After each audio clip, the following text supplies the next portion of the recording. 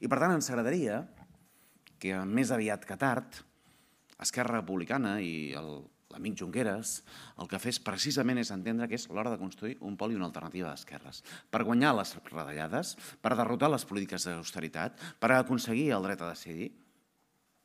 i entenent i assumint que Artur Mas forma part del problema i no pas de la solució, que Artur Mas és passat, que Artur Mas és retallades i que Artur Mas i Convergència i Unió han estat fortament vinculada a la corrupció.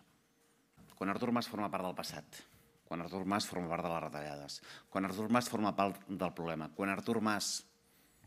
i Convergència i Unió han estat tan vinculats a la corrupció, nosaltres el que creiem és que cal una alternativa d'esquerres.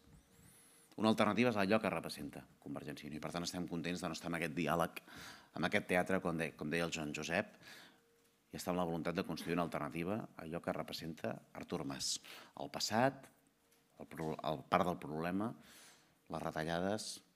Artur Mas i una Convergència i Unió tan vinculada a casos de corrupció que tothom coneix.